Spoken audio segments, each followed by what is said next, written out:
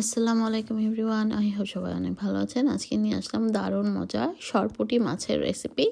তো সরপুঁটি মাছ সচরাচর আমরা দেখা যায় আস্ত ভুনা খেয়ে থাকি বা ছোটোগুলোও খেয়েছি অনেক, তবে আজকে হঠাৎ মনে হলো আর আমার হাজব্যান্ডও খেতে চেয়েছিল।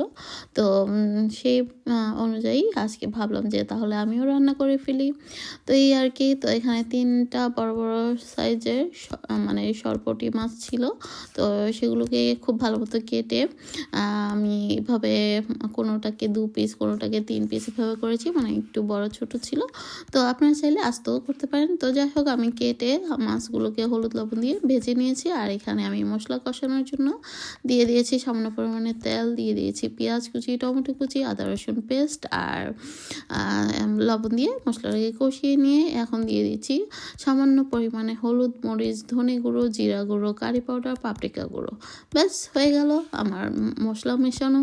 তো এখন আমি দিয়ে দিব সামান্য পরিমাণে পানি। তো মশলাটাকে কষিয়ে নিয়ে তারপর আমি প্রথমে মশলাটাকে খুব ভালো মতো কষিয়ে নিতে হবে আসলে, কারণ পেঁয়াজটা একটু আস্ত থেকে গেলে আমার হাজব্যান্ড আবার পছন্দ করে না। তবে এক একজন এক এক স্টাইলে খায়, অনেকে পেঁয়াজটাকে একটু আস্তে আস্তে রেখে খেতেই পছন্দ করে।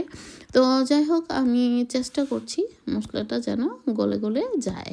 তো চাইলে আপনারা পেঁয়াজ বাটাটাও অ্যাড করতে পারেন, তবে এত কষ্ট কে করে সামান্য একটু মাছের জন্য, আবার কে পেঁয়াজ বাটবে। তো আমি ভাবলাম যে মশলা কষাতে কষাতে এটা আস্তে আস্তে নরম হয়ে আসবে, আর যত কষাবেন ততই কিন্তু গ্রেভিটা খেতে ভালো লাগবে। তো যাই হোক, স্প্যাচুলা দিয়ে এটাকে আমি যতটুকু নরম করা যায় করে নিচ্ছি। তো দেখতেই পাচ্ছেন মশলার কালারটা মাশাআল্লাহ দেখতে কিন্তু ভালোই হয়েছে, এবং খেতেও কেমন হয়েছে ওটা অবশ্যই জানাবো। তো এই তো ভেজে রাখা মাছটা দিয়ে দিচ্ছি। আর খেতে কিন্তু সত্যি খারাপ লাগেনি, তবে মাছের কাঁটাও যে থাকে ইলিশ মাছের মতোই খারাপ না।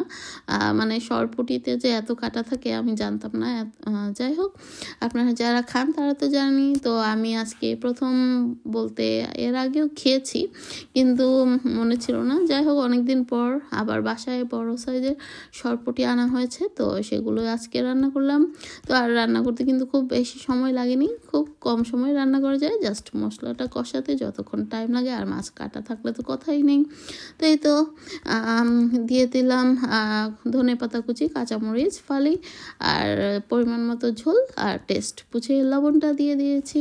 এই তো হয়ে গেল আমার দারুণ মজার সরপুঁটি মাছের ভুনা বা দো পেঁয়াজা যেটাই বলেন। আর খেতে মাশাআল্লাহ অসাধারণ হয়েছে। তো আজ এ পর্যন্তই, আল্লাহ হাফেজ।